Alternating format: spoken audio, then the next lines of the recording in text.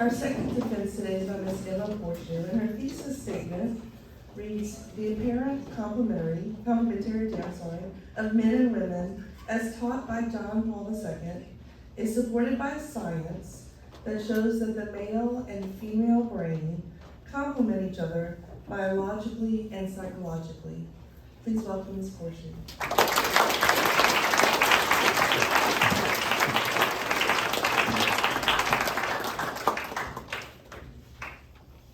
Rose, a sweet little girl born and raised in Monterey, California, grew up playing with all the kids in her neighborhood. After building friendships with not only the children, but the adults in her neighborhood, she began to realize something. As a young girl, she loved playing with her dolls, but she also loved counting the stars with her father. This desire for both masculine and feminine interests and activities began to confuse her. The thorn of Rose's life is that she was never taught that because of the way her brain is structured, she is more than capable of male thinking and his sort of desiring. It will just manifest differently between the two.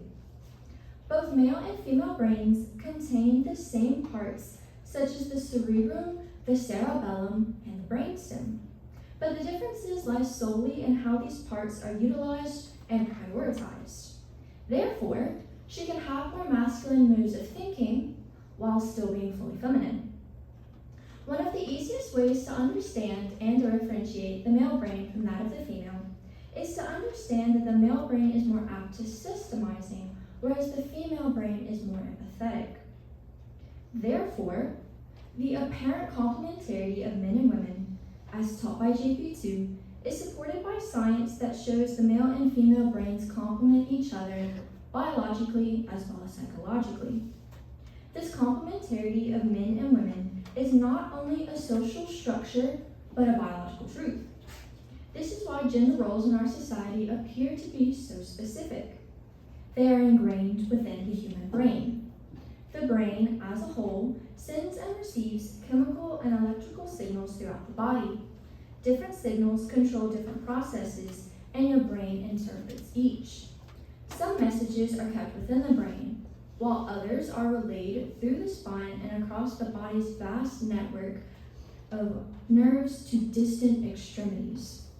This morning, your amygdala signaled a wake-up call, and your hippocampus shut off its natural production of melatonin. Your eyes may have opened to the bright light your mother already turned on. As you roll out of bed, your cerebellum is hard at work keeping your balance and posture perfectly aligned. Looking in a mirror, your cerebrum assists you in recognizing the seemingly unchanging body you wake up to every morning. Even right now, your cerebral cortex and limbic system are at work keeping you alert and retentive to this information. Even from infancy, differences in male and female brains are prominent. Bruce Goldman, through Stanford Medicine, points us to these differences through the eyes and research of Neuro Shaw and Diane Hepworn.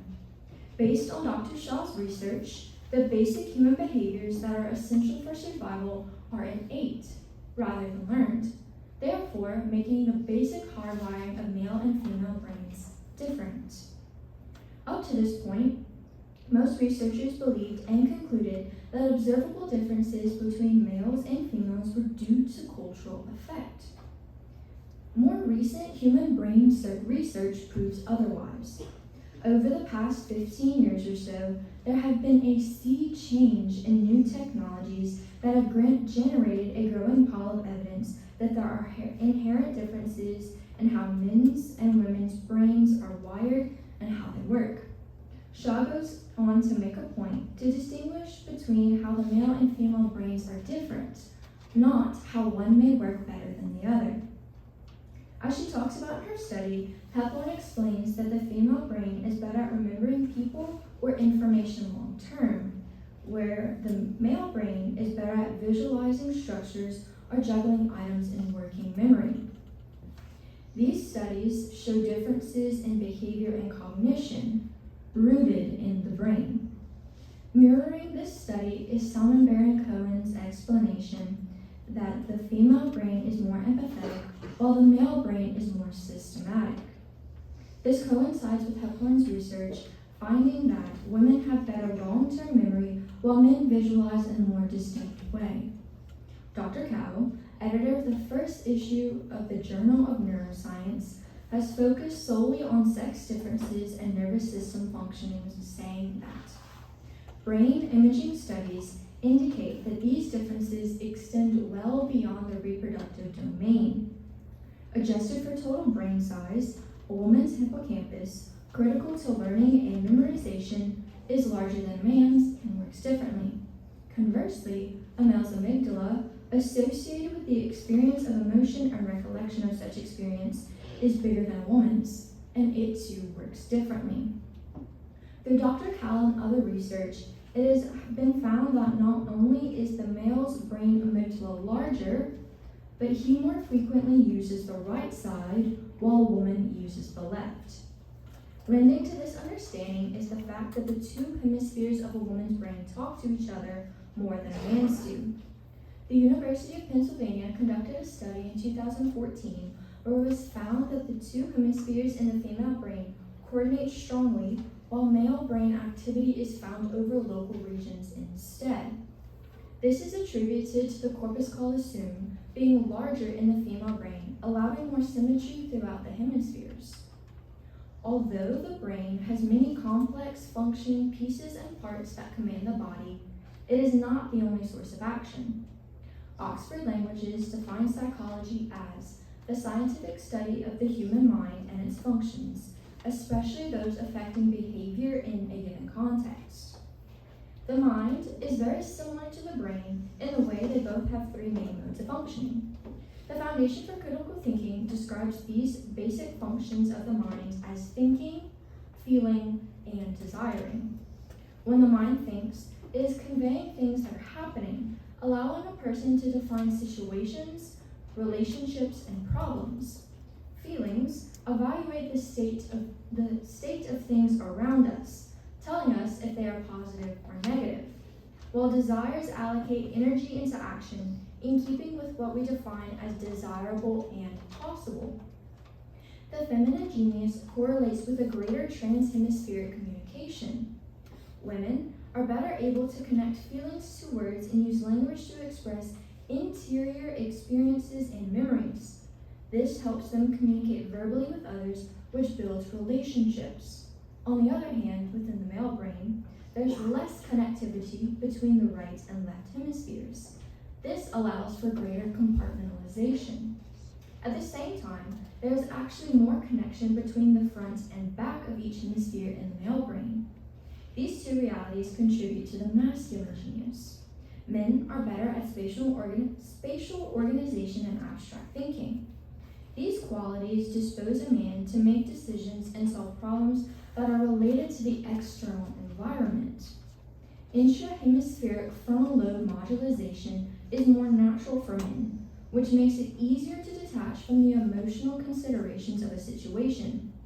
These qualities generally predispose a man towards a greater use of unemotional rational thinking. At times, when a certain emotional distance is required to make decisions for the well-being of a family, a man's brain is more well-suited. These differentiations between the masculine and feminine genius allow an understanding of their inherent complementarity. Men tend to go outward, while women stay inward. Spanning many centuries, it has been the norm for men to provide and for women to nurture. But why is that? The reality is true cognitively as well as physically. Looking toward the marital act provides a clear example of this. During the act, a man goes outside of himself to create and provide life, while a woman's role is to stay inward to cultivate and nurture. This procreative complementarity does not in itself imply superiority or inferiority, dominion or subservience. On the contrary, it underlines the call to communion and images identity and difference in a human way. The reality here is that humans are one throughout. Because women empathize with their brains, they are more in tune with their feelings, leading to a stronger sense of intuition, allowing her to care for and nurture those around her. Men, on the other hand, used their brains to systemize, enhancing his thought and desire to protect, therefore guiding him to step outside of himself to serve those around him. John Paul II spoke often of the teaching of the complementarity between the male and female, generally found in his Theology of the Body catechesis. One of the Pope's main goals in his catechesis was to provide a biblical defense of the Church's sexual ethic that would resonate with the modern world. In the first half of his catechesis, JP2 set out to develop an adequate anthropology, that is, a thorough understanding of who mankind is as God created him to be. Because God created humans as body-soul composites, our bodies are a reflection of what is spiritual within us. The divine architect designed our male and female bodies in the very lines and curves of our flesh and bones to proclaim the mystery of Christ and his life-giving union with the church. This ultimately, whether we realize it or not, is why we are all drawn to the human body, why we are deeply stirred with its mystery of masculine and feminine beauty, and why we all yearn for intimacy and communion. The way in which a mother and father express and teach their children how to love is mirrored through the function of their brain hemispheres. Just as a woman's hemispheres communicate from within, facing each other, she intentionally looks another in the eye when building community with them, sitting face to face. A man's hemispheres connect longitudinally from the front to the back, facing outward, similar to the way he goes outside of himself and his family to protect and to provide. After a mother takes her children inward to cultivate and nurture a masculine integrated feminine heart, or a feminine integrated masculine heart, a father takes his children outward to share it with the world, just as Rose's father did. JP2 echoes these ideas of fatherhood in his apostolic exhortation Familias Consortio, explaining that, in reliving and in revealing on earth the very fatherhood of God, man is called upon to ensure the harmonious and united development of all the members of his family. Outside the idea of spousal complementarity still lies the need for male and female relationship. The woman's inter-hemispheric communication allows her to more effectively execute tasks that include communication, writing, speaking, and building relationships. The reality of a man's brain is that he is more apt to compartmentalization, allowing him to execute one task at a time, typically through the logical scope. Both of these skills are essential to any work environment, class project, or friend group. The way the brain is structured is fluid in both males and females. Just as men and women use their brains in different ways, women use theirs differently than the other, and the same is true for men as well. Brain anatomy is innate and unchangeable. It is the mind that allows us to differ in personality and characteristic. This could, in theory, allow a woman to act in a more systematic way, favoring a STEM career instead of a nurturing or communication-oriented career women typically lean toward. Some men tend to be more sympathetic, leading them to choose a job that builds relationship as opposed to a STEM job. Even though brain structure does differ for men and women, there are broader contributing factors to a person and their actions other than the brain. The brain is the main mode the body functions out of, but our mind drives those thoughts, feelings, and desires, and since our minds are not structured in one particular manner, we develop differently than our brain projects us to. As Rose began to explore her possible career opportunities, she naturally gravitated towards something she loved, astronomy.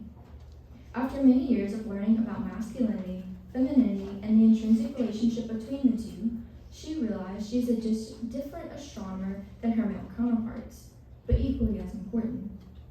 Her feminine genius is needed in a distinct and essential way in the workplace, but fulfilled in her home while nurturing her kids and embracing her desire for motherhood. The hub of complementarity has to be the brain, simply in the way male and female brain functions complement each other. A woman's communicative hemispheres invite a rational aspect of life, while a man's compartmentalization brings simplicity and fluent problem-solving skills. The perfect duo for family life. John Paul II spoke often to the teaching of theology of the body and the complementarity that lies deep within it. Although never focusing solely on the brain, he points to a transcendental truth seen throughout the body. The divine physician works in a way that communicates fluidity through the brain, mind, body, and soul. The way in which the hemispheres communicate allow the mind to think, feel, desire, causing the body to act, guiding the soul to enter into a truly transcendental relationship with our Father, therefore guiding us to share with the world. Thank you.